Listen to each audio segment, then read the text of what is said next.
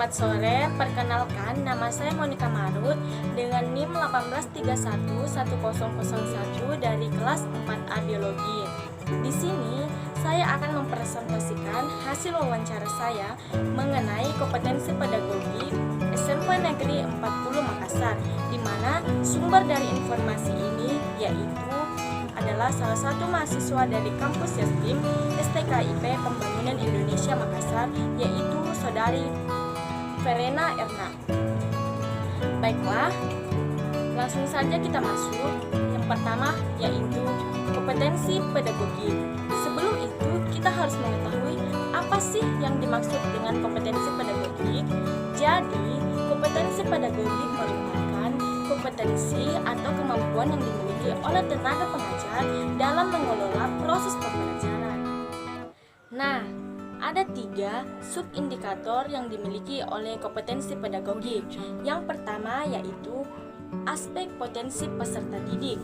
Yang kedua yaitu mandiri dan etos kerja.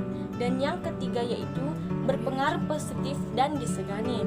Baiklah, kita masuk dalam pertanyaan subindikator yang pertama, yaitu tentang aspek potensi peserta didik. Pertanyaannya, potensi apa saja yang ingin dikembangkan oleh sekolah dari setiap peserta didik? Jadi, potensi yang ingin dikembangkan oleh sekolah dari setiap peserta didik tak lain ada 3. Yang pertama, aspek kognitif, psikomotorik, dan aspek afektif. Pertanyaan yang kedua, bagaimanakah pihak sekolah atau guru mengetahui potensi yang dimiliki oleh setiap peserta didik? Cara guru atau pihak sekolah mengetahui potensi yang dimiliki oleh peserta didik yaitu dengan mengajukan pertanyaan. Di sini, guru dapat mengukur kemampuan siswa sampai di mana, baik itu secara afektif maupun secara psikomotorik. Pertanyaan yang ketiga, bagaimanakah pengembangan potensi peserta didik yang dilakukan pihak sekolah? Pengembangan potensi peserta didik yang dilakukan oleh pihak sekolah cukup baik karena siswa diajarkan untuk bersikap ramah terhadap satu sama lain.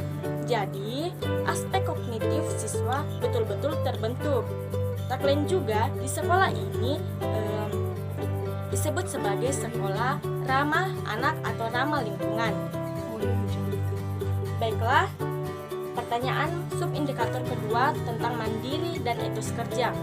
Pertanyaan yang pertama, bagaimana kemandirian peserta didik selama mengikuti pembelajaran?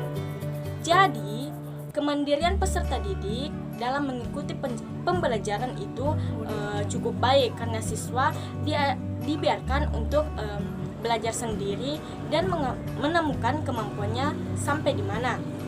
Pertanyaan yang kedua, bagaimana semangat belajar peserta didik dalam mengikuti pembelajaran? Nah, semangat peserta didik di SMP Negeri 40 Makassar ini cukup tinggi karena ketika peserta didik diberikan tugas, mereka selalu mengerjakannya secara gotong royong atau secara bersama-sama. Pertanyaan yang ketiga, apakah peserta didik dapat menyelesaikan tugas secara mandiri? Nah, tentu peserta didik menyelesaikan tugasnya secara mandiri. Karena di saat peserta didik diberikan tugas, baik itu secara pribadi maupun kelompok, mereka dapat menyelesaikannya.